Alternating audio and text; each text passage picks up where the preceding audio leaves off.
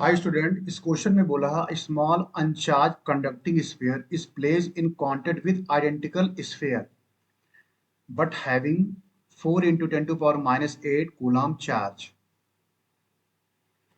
and then removed to a distance such that force of repulsion between them is 9 into 10 to power minus 3.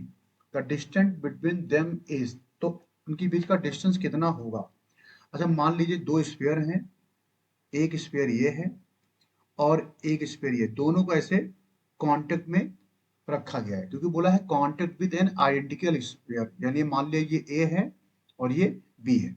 अच्छा, इस पर मान लेता हूं कि क्यू चार्ज था।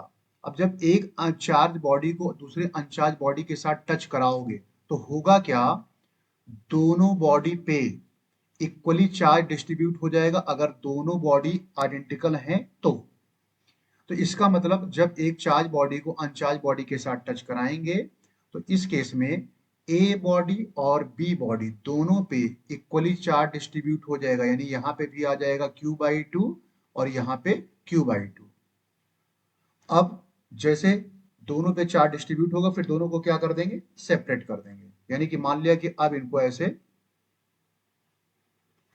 r डिस्टेंस पे हमने प्लेस कर दिया है, तो यहाँ पे भी चार्ज Q/2 है और यहाँ पे भी चार्ज Q/2 है। मान लिया कि इनके बीच का सेपरेशन जो है वो r है।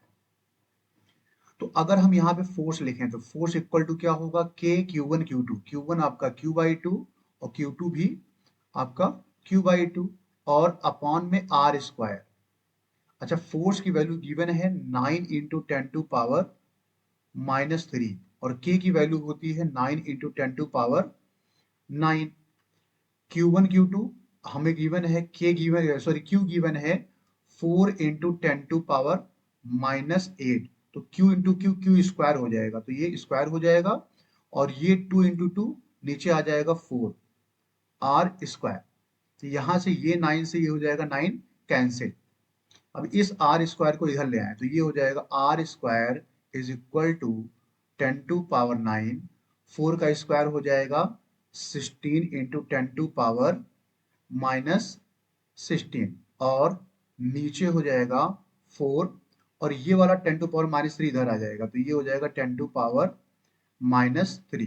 4 से अगर इसको हम कैंसिल करें तो ये आ जाएगा 4, यानी यहां से r स्क्वायर की वैल्यू आएगी 4 into 10 to power, ये 3 ऊपर जाएगा तो ये हो जाएगा 9 और 3 12 और n2 में हो जाएगा 10 to power -16।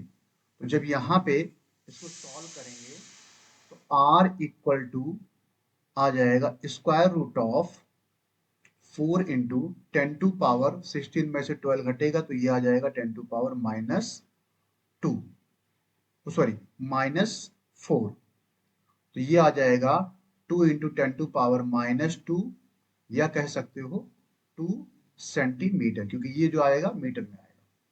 So option first is correct. Thank you.